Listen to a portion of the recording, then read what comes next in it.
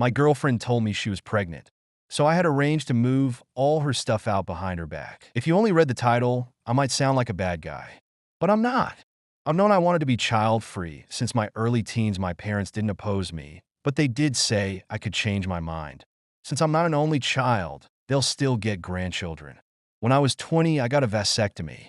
When I was 22, I met my girlfriend. I've been open about wanting to be child-free from the very beginning. I remember telling her about my vasectomy, but to be honest, I think there was already alcohol involved. So I'm not sure she remembers that we were dating for a year and a half when she moved in with me. I'm now 25.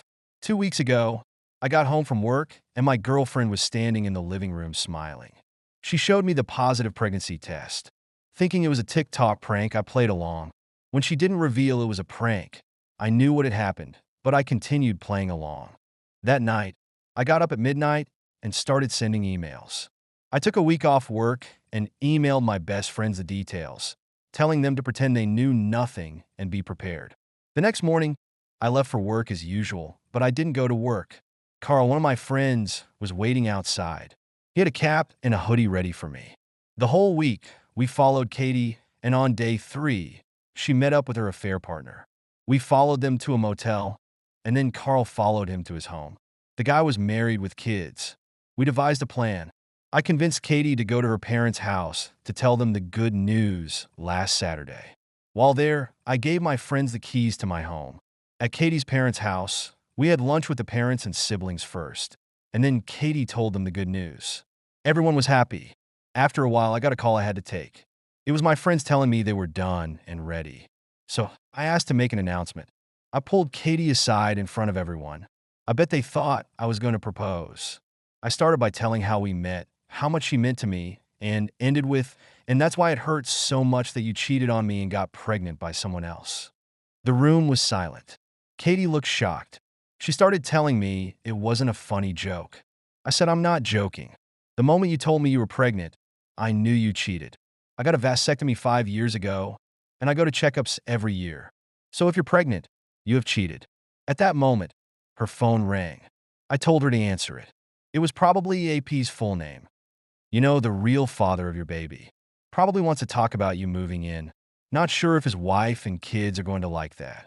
What happened was that my friends had loaded up everything of Katie's in a U-Haul and brought it to AP's home. When they called me, they were in front of his home for the final part. They rang the doorbell and asked the AP where they could put her things. He was confused, and they handed him and his wife a folder with pictures of him and Katie. And Carl said, since Opie is kicking her out, she needs a place to stay. We're just here delivering her things. And since you don't want the woman who is pregnant with your child to stay on the street, we assumed you would take her in. AP called Katie yelling that she ruined his life and he never wants to see her again. After hearing him scream over the phone, I said, oh, so his wife doesn't want his mistress and their affair baby living there. So you'll have to stay here. With your parents with that. I walked away, leaving a crying Katie and her confused and angry family behind. My friends brought the U-Haul with her stuff to her parents' house after the AP refused to accept it. I went home where my sister was waiting for me. She knew everything. This was not part of my plan, but Carl knows me so well.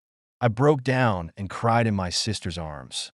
She stayed the weekend taking care of me, allowing me to grieve and process the betrayal. It's been a week since I dumped Katie at her parents' house. My boys cleaned out my home and brought everything of Katie's to her parents. But because I didn't have time to mark everything that was Katie's, the boys didn't take everything that belonged to her. And they even took some things of mine. So I called her sister to arrange a meeting to exchange our belongings. The sister agreed under one condition: a sit down with Katie to hear her out. I would have just left everything there, but the tablet had some pretty important work stuff, so I agreed to hear Katie out. But I made it very clear that there was no chance of us getting back together. Katie was a shadow of her former self. She started with small talk, but I quickly told her I wasn't there for that. She wanted to apologize. Here's where I almost lost it. I wanted to yell at her for destroying our relationship. I wanted to yell that I can't accept a simple apology for destroying my trust. But I didn't yell. I was quiet.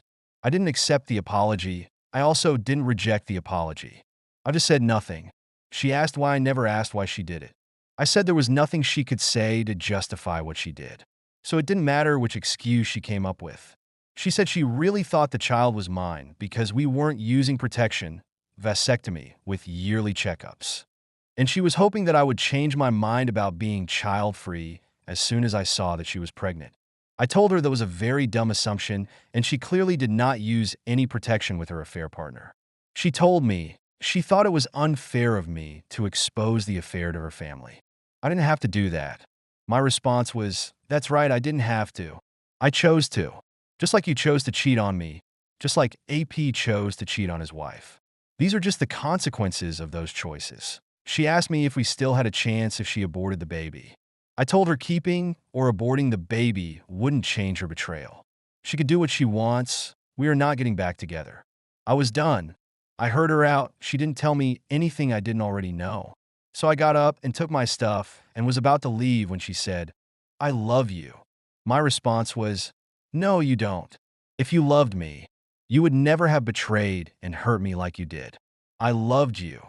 But you destroyed that too. With that, I left and I could hear her sobbing.